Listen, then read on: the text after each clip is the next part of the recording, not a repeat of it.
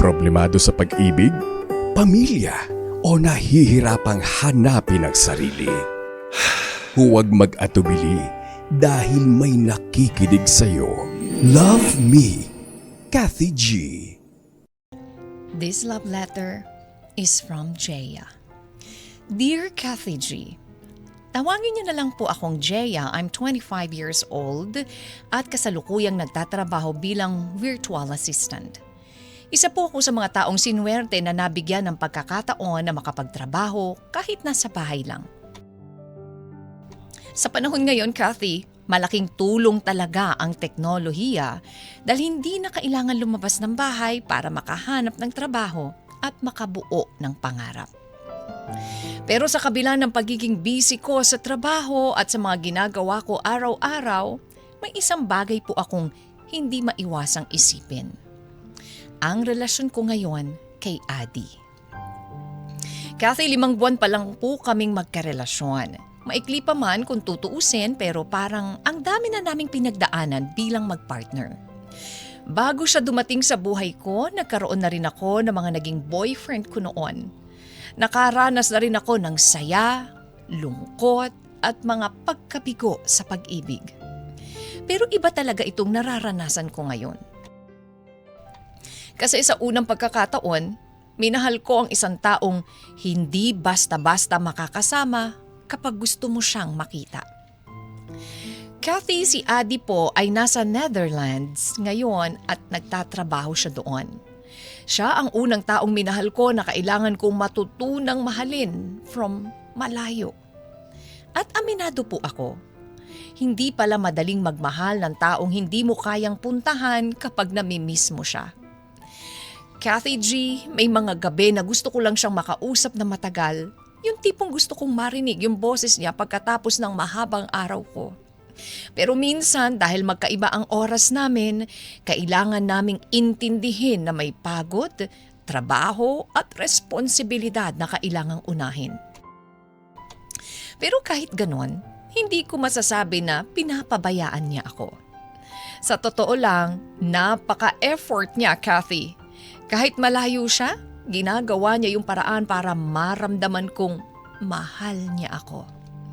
Kapag may nakikita siyang bagay na alam niyang magugustuhan ko,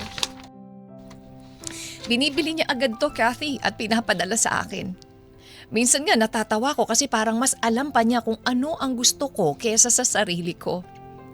Pero higit sa mga regalo, ang pinakakinakapitan ko ay yung assurance niya. Yung simpleng kumain ka na ba, nakauwi ka na ba, ingat ka palagi, at updates, Kathy.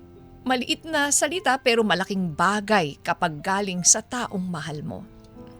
Kaya kung tatanungin ako kung may ginawa ba siyang mali, wala, Kathy. Panatag ang puso at isip ko kay Adi. Nasa akin ang problema. Dahil sa mga kwentong naririnig ko, hindi ko maiwasang matakot. Nakikita ko yung ibang magkasintahan na nagsimula rin na puno ng pangako. Sinasabi nilang kakayanin nila ang distance na walang magbabago, na pipiliin pa rin ang isa't isa, pero dumating yung panahon na nagbago ang lahat.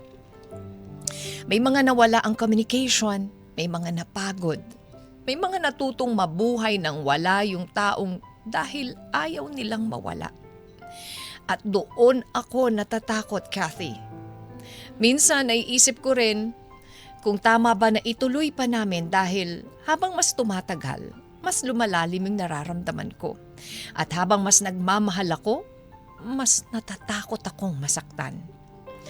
May mga pagkakataon na naisip ko na baka mas madali kung ngayon pa lang lalayo na ako. Habang hindi pa sobrang lalim ng pagmamahal ko sa kanya. Habang kaya ko pa sigurong tanggapin kung mawala siya. Pero sa kabilang banda, hindi ko rin kayang basta bitawan yung taong wala namang ginagawang masama. Pero sa kabilang banda, Kathy, nakakalito. Kasi paano ko iiwan ng isang taong minahal ka naman? Paano ko tatapusin ang isang bagay na wala namang problema? Takot ako sa posibleng mangyari, Kathy. Gusto kong matutong magtiwala. Gusto kong maniwala na hindi lahat ng LDR ay nauuwi sa hiwalayan. Kathy, Gusto kong isipin na kung parehong pipiliin ng isa't isa, baka kayanin naman talaga. Pero minsan, kailangan ko rin ng sagot kung sapat ba ang pagmamahal na malampasan ang distansya. Kathy, ngayon lang ako humihingi ng payo dahil hindi ko na po alam kung ano po ang dapat kong gawin. Nalilito na po ako, Kathy. Ngayon ko lang naiisip kung ano ba ang mangyayari. Ngayon humihingi po ako ng payo dahil alam kong dapat po bang pakinggan ang puso ko na nagsasabing ipaglaban ko pa. Or ang isip ko na nagsasabing protektahan mo ang sarili mo. Ano po bang dapat kong gawin? Mananatili po ba ako at bibigyan ng pagkakataon ang relasyon namin ni Adi? Or mabuting mas umalis na lang habang hindi pa huli ang lahat?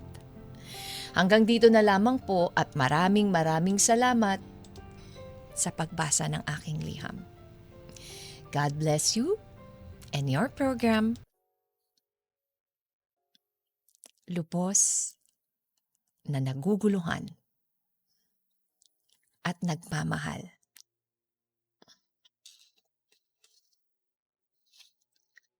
Cheya. Love Me, Kathy G.